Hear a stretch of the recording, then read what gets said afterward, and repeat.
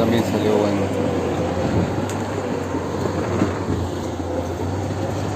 Material. El corte que vamos a meter aquí.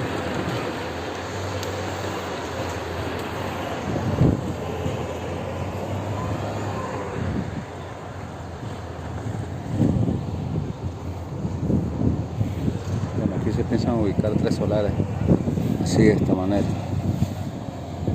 aquí horizontal.